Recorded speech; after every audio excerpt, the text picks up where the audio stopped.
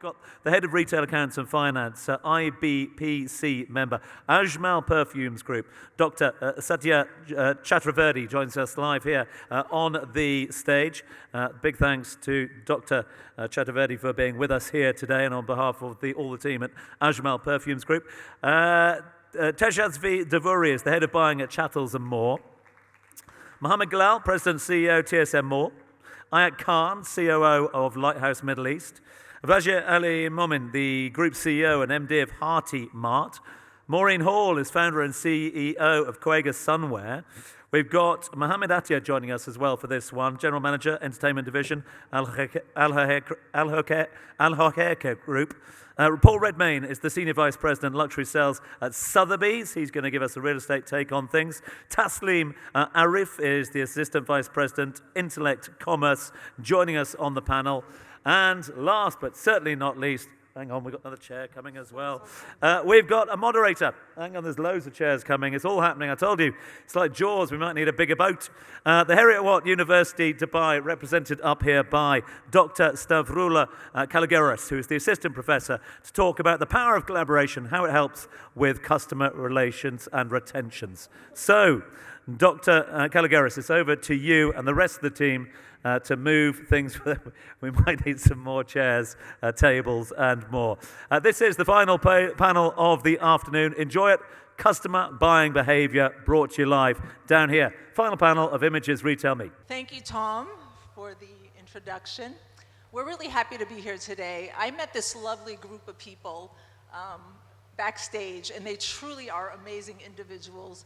It is my pleasure to really discuss customer behavior, the customer, which is the focus of what we're doing in retail. So the customer is the protagonist of our story, and today we have these lovely people on our panel who will engage us with that topic. So I have an opening question to all the panelists, and that is, what merging trends, changes in consumer buying behavior, and adopting the right strategies to hook the customer going to look like in the future? So would you like to? Okay. Well, so first of all, the nice ambience. So hello, good evening. The opening question itself is a changing behavior and the change. The change, I can say that it is all omni-channel. Some people say that omni-channel is also outdated. So what can be the change? In the statistics, if we say that customers are asking, in a recent survey we had, and we found that 80% customers wanted the technology at the stores. So being Dubai, GCC country, the Arabian countries, where the brick and mortar model has been a conventional method. And there, the technology, when the customers want technology to be geared by the merchants or the traders, is a big trending change, which I can mention. Thank you. I can pass on to the other panel member, please. Good evening, everyone, and thanks to Retail Middle East to having us here on this panelist with all the great people. Thanks to so much. Regarding the customer behavior changing in the merging trend of the omni-channel, literally we have seen the major changes after the COVID, but this has started a long back when people have started to look after what they can do by doing the shopping, staying at home, saving the time. So it was been into the trend, but it was not been explored until the COVID has hit. And that has been shown how good the company can be into changing and adapting the new reality of the world. So of course, the merging for the omni-channel, e-commerce, sustainability is the new word which every customer is looking after.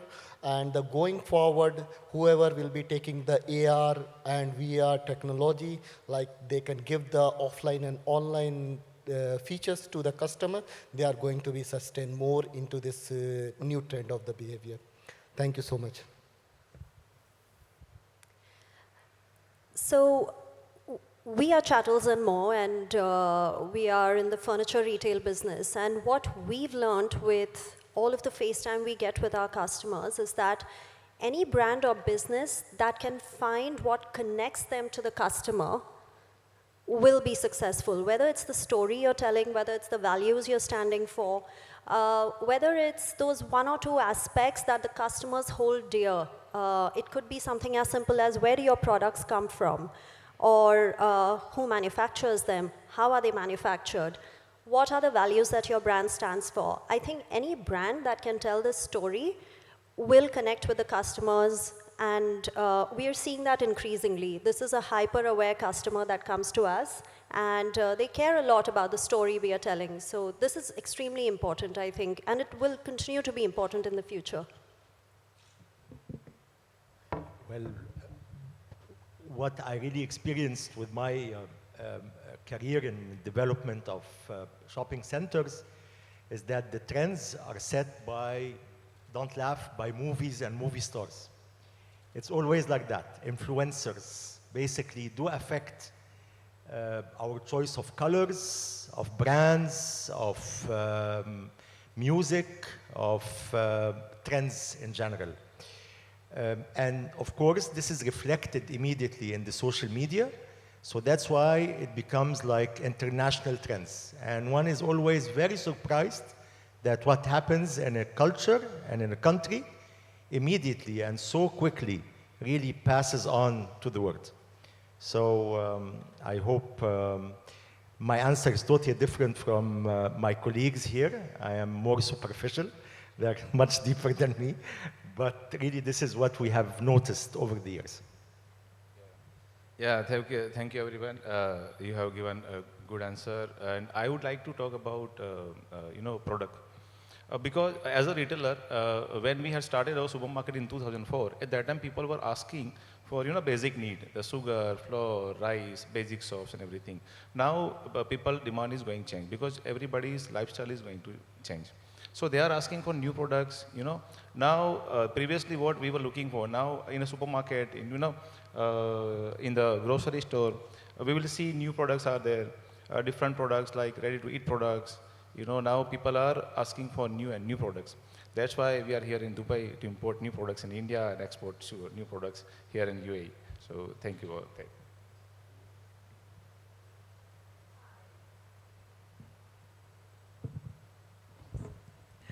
Hi. I think that consumers are looking for choices. They're looking for choices of where they can buy and how they can research about the products. So being able to go into a retail shop in a mall and feel and touch and try something on, and then also looking online, doing some research about the company, looking at the company's website, all about their values and their ethos, and making choices like that. So with Coega, we believe that the omni-channel is extremely important. Thank you, everyone. I think I will agree with my colleague Mohamed in the same way. I think it's all about now influencers. It's all about even IP. So, of course, everyone see the big launch of Barbie movie and how they connect it to every retail and marketing. This is the same we do also. So connecting with IB, this is a nowadays trend everywhere. So we, in entertainment, we connect to IB. It's gonna big mass more than our home growing brand. So connecting with Mattel, where we're doing now, LOL Surprise, and many other IB, Hasbro, Miraculous, all of this brand, that's the trend right now because it's connected to a movie, connecting through Netflix, reaching out to kids easily. So that is the trend. And you more also the influencers, it goes very easily to everyone. Thank you so much. So there are multiple factors which are affecting the consumer behavior as of now. So the most important which I would like to discuss about is the hyper-personalization factor. So hyper-personalization is something which is retailers are specifically targeting, and the answer to this is data. So they are looking a lot of data and they're collecting a lot of data, and based on their analytics, they are coming up with this hyper-personalization products which is coming into and flooding into the market. I mean, if you see the social media as of now, on Instagram, there are micro or nano influencers who are influencing the decisions of the consumers. And I was talking to the other day a brand which is into menswear, and they are collecting a lot of data when they are, even manufacturing a shirt for them. So this is a key thing which is going to be, readily available on the social media as of now. So this is what I think that way. Thanks, everyone. We got to the end now. At Sotheby's, so what we're noticing, we've noticed that wealth has got a lot younger. It's more informal, and we're seeing that our clients come to us, and they're very, very well researched. They have fantastic knowledge. So the knowledge has definitely gone up, obviously, with the internet, with everything, compared to 20, 30 years ago. The consumer is super, super knowledgeable, knows prices, knows goods, and knows what they're after. With regards to what trends we're seeing and where we're going, where we're taking the business, so we're obviously an auction house, but for us, the future is very much in retail. Because we have the 2 auction seasons, but we work a lot outside the auction seasons, which is what I do, so private sales. And we're seeing that we're using our network, we're leveraging that, and just doing things outside what your traditional auction house would be doing. So definitely more of a retail slant for us. Thank you, everyone, for those wonderful insights. I would like to align a little bit with storytelling. I think that marketing in the olden days, we used to tell the same message on different channels. I think the approach now that the retail space could utilize is what we call the transmedia approach, and it comes from Hollywood, where we extend the story across platforms and we use the affordance of each platform for what it does best. So you use Facebook for what it does best, Instagram, Twitter for a few tweets, and then you get a holistic experience because your customer will they will interact with these pieces of the story and create a story world for them. So I'm definitely behind the storytelling. I would like to ask Tejasvi, can you tell me what strategies does Chattels and More use to hook the customer to the brand and ultimately to the product? So at Chattels and More, we really listen to the customer. That's extremely important to us. We use various methods to gather customer intel. We place a lot of importance on focus groups, for example. So we do focus groups. We have such a vast customer base, so many different groups. The demographics are vastly different. So focus groups for us are very important. We do a lot of in-store events. We place a lot of importance on Google business reviews. What are the customers saying about us? What are they saying in general about furniture and home and interiors?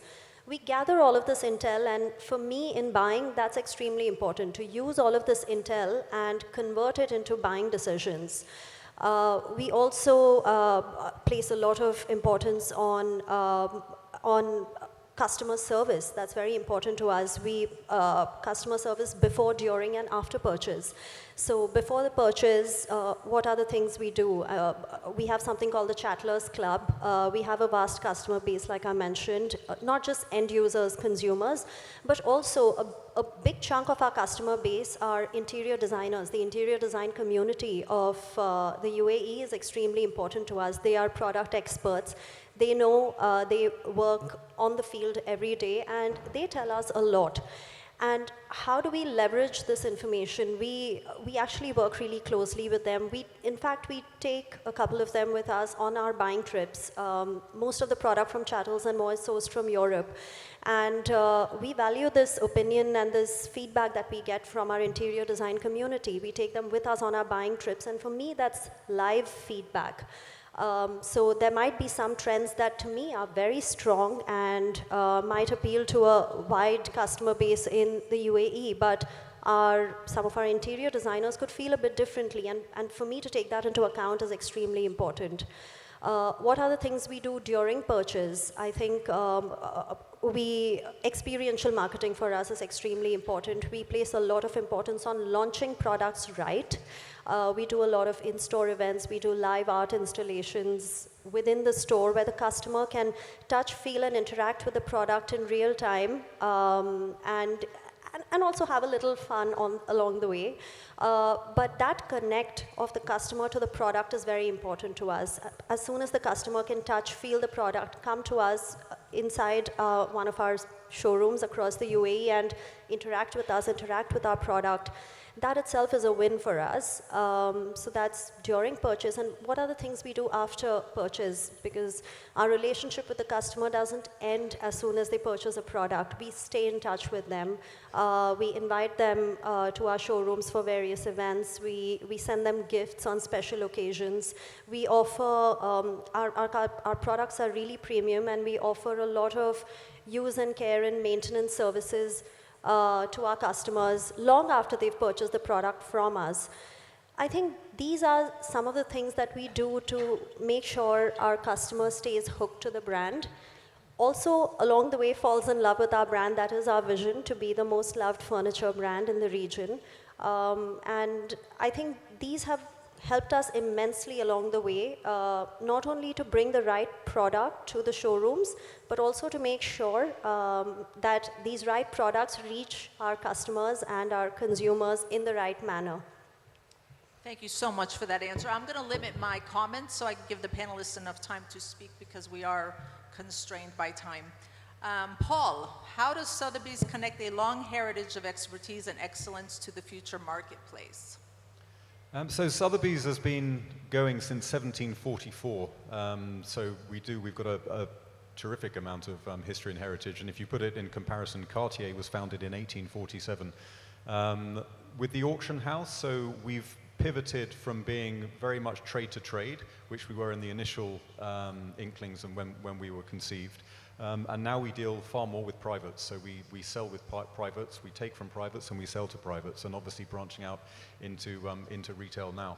And with regards to where Sotheby's is going, we've seen our speciality is very much we have specialists, not generalists. So when you have a generalist, such as that you find in a retail, you have an individual who's a salesperson. They can work at Dior on Monday selling shoes. They can work at Chanel on Tuesday selling handbags. They can work in a five-star hotel on Wednesday. Now, the difference with the auction industry is we have specialists who have decided to dedicate their entire life and career to jewelry, to watches, to handbags, to sneakers. And so you've got that depth of knowledge and that expertise which retail doesn't have. So retail is far more commercial but lacks knowledge. Auction has far more knowledge, but is arguably less commercial. And so you have that apex where the magic happens, where you've got the fusion of auction and retail. So Sotheby's is very much leaning on the expertise. Because we never own anything, we don't own any of the inventory. So we're like the ship on the tide. So when the tide goes up, we go up. When the tide goes down, we go down. So we're able to spot market trends, which is a key thing, because we're dealing with people all the time, and we can spot that green is a fashionable color at the moment. We see that yellow diamonds have become super popular recently. We can see certain trades, and because we're a global company with a global footprint, we see right the way across, and we see that in little pockets, what people are looking for perhaps in Hong Kong is different from what people are looking for in New York. And so when we source something, we know the best place of where to sell it. So yeah, I'll leave it as that. Let other people take some questions. Thank you, Paul. Fantastic. I'd like to ask Mohamed Atia from Al-Khair Group, which is a name that has been tied to the world of hospitality and entertainment. How are services and brands collaborating innovatively to create the best retail experience that resonate with their customers? So we consider ourselves as a entertainment service provider. So we work with the brand in order to get a magical experience for our guests. We connect with international brand. It's the biggest brand, but they have never been in entertainment. So we connect with Mattel. They are the best company to sell toys. We connect with Hasbro. They are the best company to sell toys, but they are not in entertainment. So we bring that to life size or to live entertainment. So we are opening the first Mattel site in the Galleria Abu Dhabi, which is Barbie Hot Wheel Mega Block for the first time in the whole world. The same with Monopoly Life Size, which we are bringing the real Monopoly game to Riyadh season with Boulevard World. And also Play City by Hasbro, where it consists from many brands like Transformers, Power Rangers, My Little Bunny, Tonka, all the lovely brand which the kids love. This is the next generation of magical experience of entertainment. Kids nowadays are more focused on medias and everything. So we brought all this experience, and it goes with different experience. It goes with gaming, entertainment, retail, CMD, F&B. So it's all connected with the same experience. That's getting Monopoly life size with human size that people can play, connect together with Top Hat restaurant. It's the same with Smurf. It's the same with Miraculous. Same we are doing with Lord Surprise. You have your girl spa. You have your area for TikTok. You have the area for media, fashion lab. So it's many things with the brand where we are bringing it. We're not depending only on our homegrown brand. No, we consider ourselves as a service provider of entertainment. So we want to connect with the brand to bring it to life. Thank you. I like that you're doing entertainment as well with your products. Maureen, Coega Swimwear offers quality and brand transparency that is second to none. Can you tell us, explain how Coega has effectively utilized digital branding, including influencer partnership and customer engagement tactics? Influencer marketing is important. I know it was mentioned earlier that that's what people are watching, what's going on in Hollywood in the movies, but I also believe that storytelling is a big part of the marketing. And the story of Coega is easy for me because it is my story, and I'm able to use that story to talk about how I moved here back in 2000 and was able to see a niche for some UV swimwear and some little pool shoes for my young boys who were playing around at the beach and pool. So I'm able to tell the story of how I grew that company from an idea to what it is today, 20 years later. I'm also able to, with storytelling, talk about our sustainability. And back in 2013, one of our fabric suppliers mentioned to us that sustainable fabric made out of recycled fishing nets was going to be big. It took me a little while to get on board, but in 2014, we started using that fabric. We started with maybe 10%, and now today we are up to about 60%. We're able to, with storytelling, talk about our ethos and our brand values and what we stand for. So I really think that it shows the human aspect of a business, and I think it's a very powerful tool. Thank you, Maureen. Vajir, Hearty Mart has made significant contributions to society through its corporate social responsibility initiatives, particularly during COVID-19, so we thank you for that. How does Hearty Mart adapt to changing consumer behaviors? If I talk about behavior, before that I would like to say something. Day before yesterday, my daughter was telling me about, Papa, please give me some answer. And she did some act on emotions and the behavior. So almost I had given 90% answer was right. So she said, how did you do that? I said, beta, we have been watching this since 2 decades. We had started our supermarket in 2004, so that's why. So, the customer continuously asking for new products, and emotions. We all know when we engage them with the emotion. So we did painting competition for kids. We used some tour for school. We were inviting some school students to our store. And when FDI came in 2012 in India, when we had started our supermarket, we were using POS machine, a scanner machine. We had spent lots of money for the POS machine and scanner machine, for the barcoding also. And when FDI came off in 2012, after that, modern retail has come in India. So it was a time to improve ourselves. So what we did is we made a truck. It's a moving supermarket. So it was wandering. It was running around our store, 5 kilometer, 10 kilometer, running the near the supermarket. So that customer and we were giving them new scheme. The scheme tag were there, everything. And after that, we also look after villages, because Indian rural are also good market. So we enter in rural market, and today we are having 15 supermarket, mainly tier 2 and 3 city. So we are trying to best way in thank you. Thank you, Vajir. Dr. Sahitya,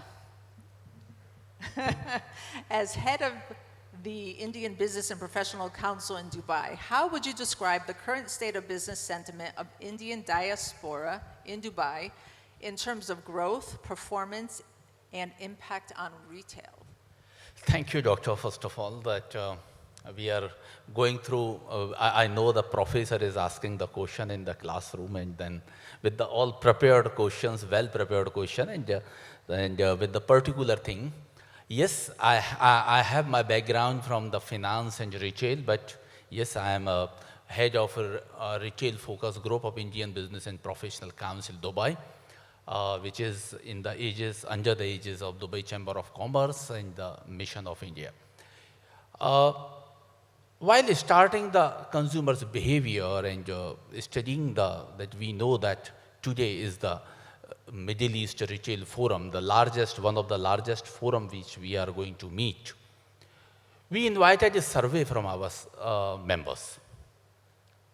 We all know that retail and luxury, and when we go categorically about the customer behavior, there is a famous saying that literature is the mirror of society, and we can say that customers' behavior is the mirror of economic outlook. The luxury, having the product, the transformation into the services, getting to the environment, and then from environment to the experience, and what next the change can be, and that's where the questionnaire about the business sentiment was prepared categorically for this summit. With the respect of time, I will quote only few things about that. The first question was that how confident our members, the Indian diaspora, is about the business growth in the current state of affairs. The answer was 41% are expecting a rapid growth or tepid growth. 18% are still feeling a slow recovery. But the uncertainty is coming from another equivalent percentage ratio of 41%. The second set of the question, though it was a 15 set of the questions, I will not be describing all of them over here, but the second most important aspect was what obstacle or the constraint comes, whether it is inflation, or it is competition, or it is a talent gap. Again, the answers were that inflation, forex, change in currencies, hardly 15% is impacting.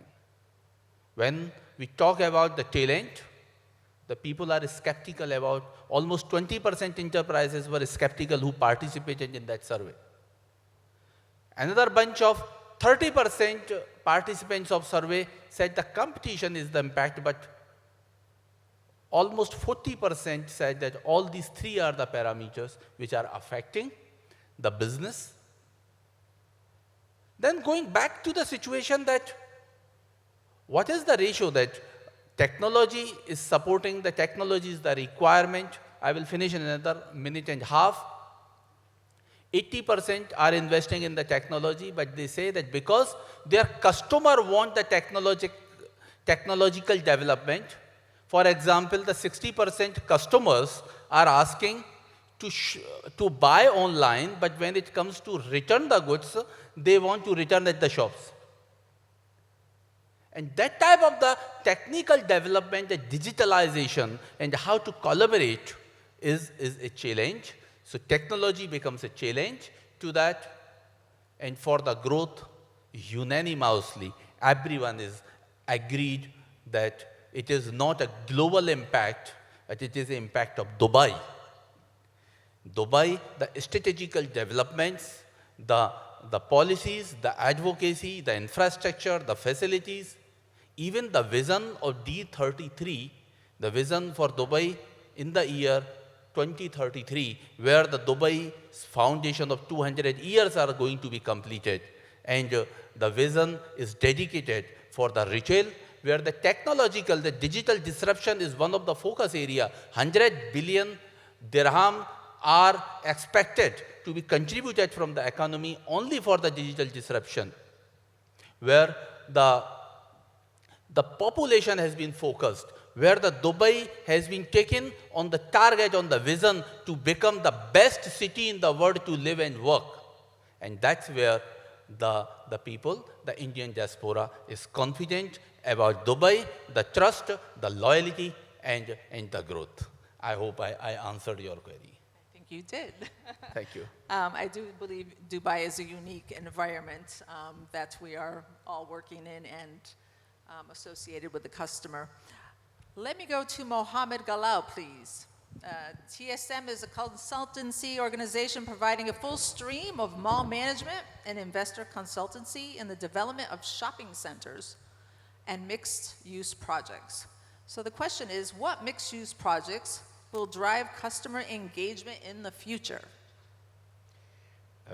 I'm so glad to be in such a diversified crowd today with retailers, experts into marketing, into luxury, into new concepts, and really very deep and successful stories that we've heard today.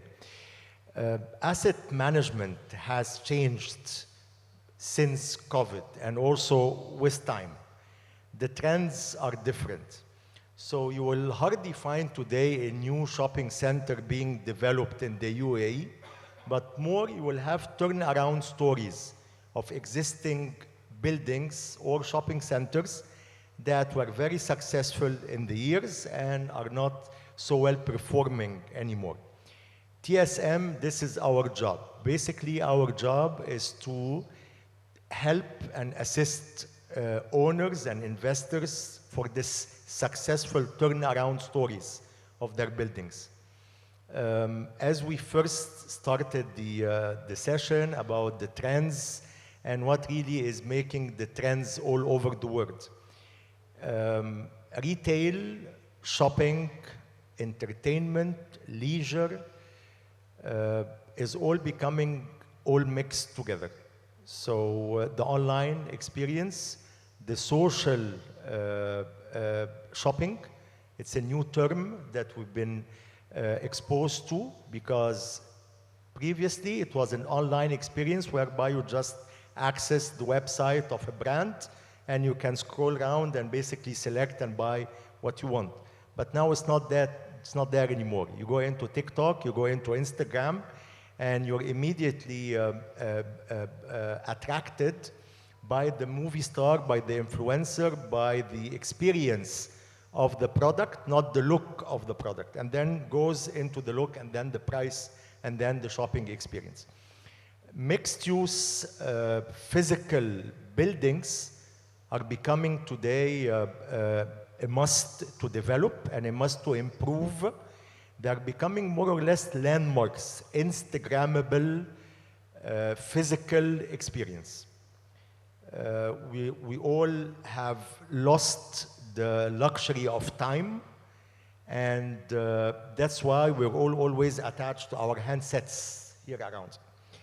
And now what we are trying to do is to basically continue to motivate customers, shoppers, to come physically to the shopping centers. So now we are adding, or basically we're starting a new experience in the shopping centers, in the mixed use, the offices, the gymnasium, because these are physical experiences that one has to continue to practice.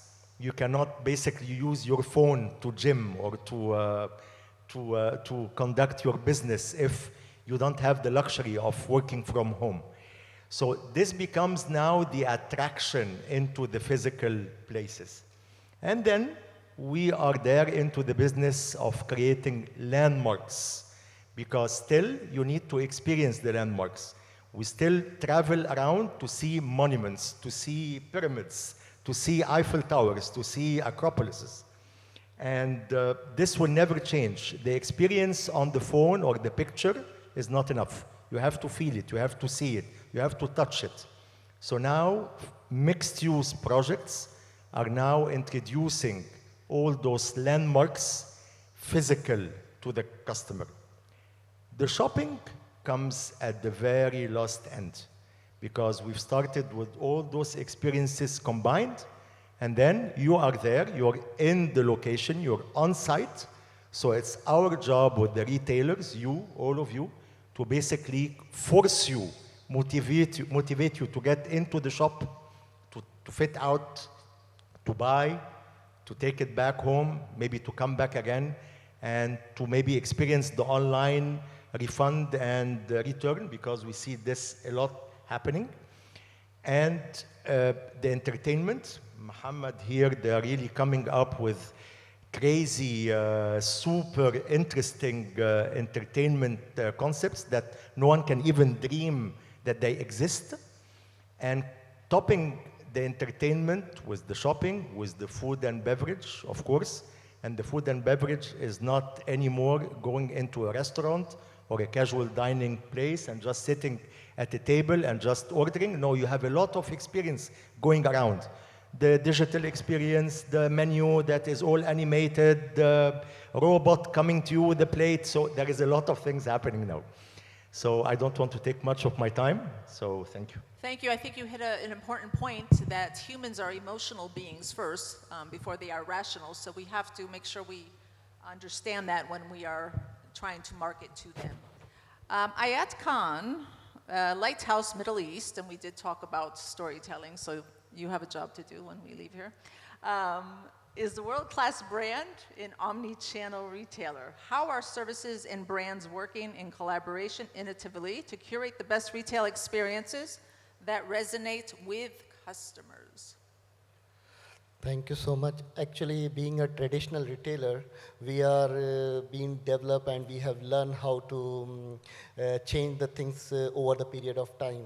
And we are doing quite things which will be engaging our customer during the period of time. Like in our store, we are giving the experience of like entertainment to the kids. Like when the family is coming to our store, we are giving a small space for the kids to entertain themselves so family can get their time for the proper shopping experience. And with this, we are doing a kind of co-branding where the entertainment brand can collaborate with our store, and we can, both of us can enhance the experience for the customer, and we can get the benefit for both the brand. Same way, we are also doing like engagement with the community, because I believe and we believe wherever we are living, the first and foremost important part is for our community to get advantage out of it. Although there is a outside the community, then we can go to the city, country, and all those things. But the first one is coming the community. So what we can do for the community, like a charity or like a cooperation or collaboration with the NGOs, with our brand. So these kind of activity also we are doing in order to promote the brand and the brand awareness. Both sides on a positive note. The customer is getting known to us what we are doing in the market, and based on that they know how we are changing. Some other activity like we are doing like to give the customer personalized experience when they come to our store, like giving a fashion influencer or like a makeup artist. So it is again with the brand which we can collaborate, and we make the co-branding together with our brand and those guys. So it's a win-win situation for both parties, where we promote and giving them the space to utilize these things and where they can get the benefit out of it. Then again, with the technological side, we are doing the data sharing with the hotel, some of the hotel management, where they can show the personalized experience with their guests. Again, like a cross promotion where again we are giving the voucher or kind of discounting to the other brand. So of course, apart from that, pop-up store where we can open our brand for certain number of days and get benefit of our brand and the other parties in that phase. So yeah, this is how we are promoting our co-branding and the latest technology together. Thank you so much. Thank you, Tasleem, last but not least, 6DX offers technology and deep domain expertise. How does 6DX use a design thinking culture, I like this question, based on imagination, insight, perfection, dialogue with customers that is contextual and scalable? So 6DX is an in-store technology provider. I mean, we are globally available everywhere, almost 19 countries right now we are working. So we provide complete end-to-end technology when a retailer is concerned. So it starts from the POS and the back-end part of it, which is an ERP in this case, then the CRM, loyalties, gift vouchers, as well as the data analytics layer, which is no-code, low-code kind of environment we have. And all this architecture is tightly coupled with an APIs.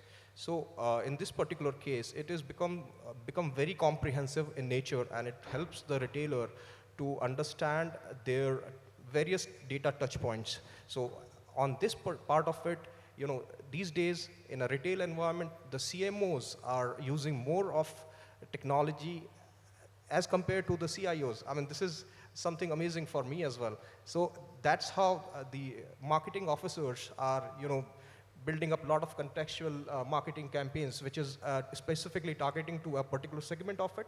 And that's how the segmentation comes into picture, wherein they will target a different segments with a different KPIs, and the CRM tool of our 6DX will help them to define those particular strategies. So in this way, 6DX also is built on a MAC compliance framework, which is microservice API, cloud native, headless. So this gives our product a very, very composability in terms of when you are defining a lot of business logics, which is required for a retail business on everyday basis. So that's how we bring in a lot of technology when it comes to and delivering a lot of KPIs for a retailer. So that's how it is. Thank you so much. We're out of time, but I do want to ask one question to each panelist, so we need to make it fast, quick, and good. Tell us one prediction for the future of retailing. You are asking me, yeah. The future of retail in a nutshell, if I say, it is all collaboration. And the collaboration, when it comes, it is a biological and technological. The technology and biology. If I take an example from our industry where I work, that is the perfumes. We are foreseeing the time within the next 5 to 7 years when we might be having the equipments which will with the fingertip, they can test the DNA, and then what the preferences the customer might be having, what type of fragrance they might be choosing, where the biology with the technology can be collaborated, and then we can look into the data science that what has been the buying patterns and the behavior with the financial and the commercial side. So the collaboration of the biology and the technology, I see, or we foresee as a future of retail. Thank you. From my perspective, where I can see the future could be like completely with the augmented reality and virtual reality, where customer would like to see what they wanted to buy, and before buying, they want to see, try, other than that, whether it is like for themselves as a personal or furniture, they want to see like how it look like in their home, yourself as well as there for their home. So the AR and VR is going to like reduce the gap between the offline and online retail. This is what I can see in the future. Thank you.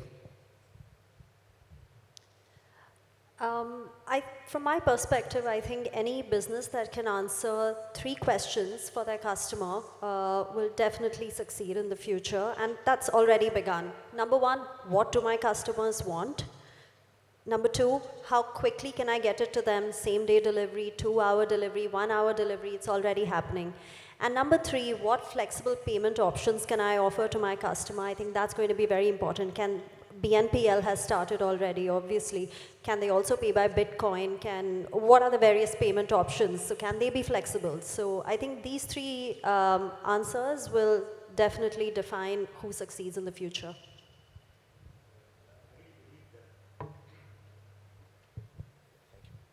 I really believe that physical retail will shrink more than it is shrinking today, and online will be really the hero. However, it's all dependent upon the retailers to basically innovate the shopping experience. Yeah, if I talk about future of retailing, it will be robotic and AI based. Only scared about at least physical products should be there. I think just giving the customer again the choice of, I think retail will still be strong. Online will be strong as well. It just depends on which area that you're in, and I think just adding the personal touch. I think the future of retail will be connecting world. So I think all of they said right, but you need to be more focused on connecting world. I have my kids, they do everything through their heroes. So they are e-gamers, they play, so they have one of the player which have 9 million followers. So they follow him. Okay, Dad, we have to order today pizza because my dreams already, he ordered pizza today. So it's the same. So connecting world, this is the new future of retail. So each retail have to connect to the world of these people. This is the new generation where they will buy your retail. To me, the shift is already there. So phygital is the going forward thing which is all the retailer would be looking at, and there are some retailers who has already done it. So there is one eyewear company called Lenskart, and if you look at there, you can download an app and you can see, click your picture, and on the base of your face, they can recommend you which is the eyewear you should go for. And you can select that particular thing and go to their physical store and get things done for yourself. So phygital is the key word for me for the digital, for the retail. And for me, or for us, the future of retail is people. It's definitely people. Digital will not replace anything.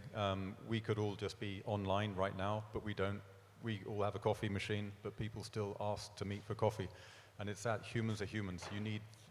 I have emails with people across the world. It gets to a stage, I'll just jump on a plane and go and spend literally 5 minutes, feel the energy, and then you do the business. And nothing can replace that. Nothing will replace that. And it's being IRL as well, the in real life physicality of things. So we had a Picasso here in Dubai a couple of weeks back. It's being sold in New York in November. It's expected to sell for 120 million US dollars. The number of people we had, it was here for 36 hours. The number of people we had physically come through the door, you can Google it. It's online. Why do you need to come and see it? Because we need to come and see it. People want to come and see it. They want to see the shade of blue. They want to see the texture. They want to see, for art, they want to see that. Similarly, this summer, we sold Freddie Mercury's entire everything in London.